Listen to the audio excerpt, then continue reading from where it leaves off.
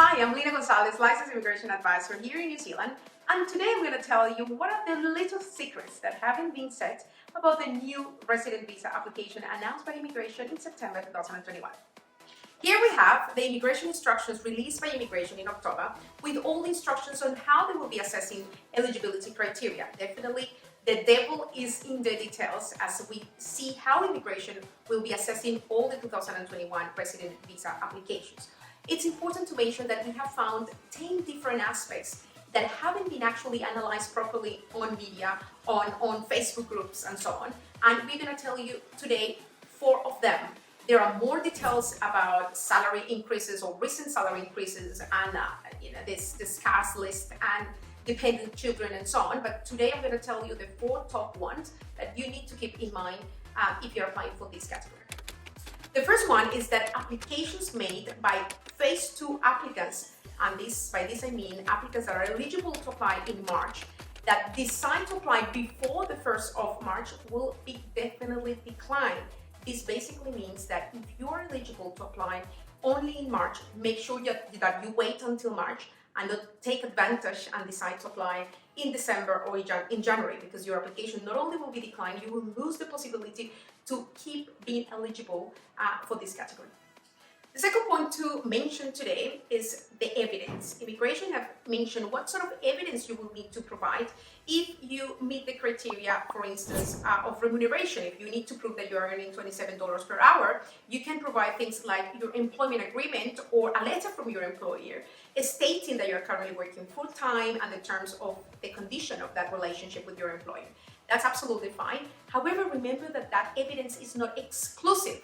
Basically, that means that immigration could request, or a case officer could request, more evidence to prove that relationship, or to prove that you meet the salary criteria, or to prove that you are in one of the scarce lists as well. So make sure that you can provide the right evidence, because literally immigration have said applications must be declined if an immigration officer is not satisfied that sufficient evidence has been provided. The third element to keep in mind is that you need to maintain your eligibility for the length of the process. So you know that you need to prove that you were eligible on the 29th of September 2021.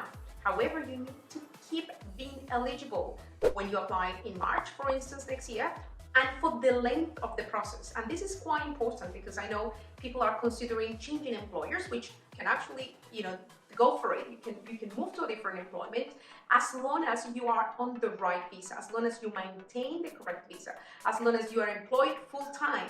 And this is also important for those applicants that may have experienced a reduction in terms of hours because of the lockdown, or a reduction in terms of salary. So all of these elements are just as important as being eligible on the 29th. So if your circumstances are changing in the future, make sure that you seek advice. The fourth element to keep in mind is that so far immigration is not considering to hire more case officer or more staff. They plan to retrain or redeploy the current workforce that they have into this new application. And why this is important? It's quite important because we will see an immigration system potentially collapsing in 2022 with lots of demands, a lot of applications for this category, and not many case officers. Just to give you a statistic, there is about 1 million calls that immigration receive on the contact center every single year. Guess what's going to happen in 2022 when so many applicants are going to be calling immigration and trying to find information when they are due to apply?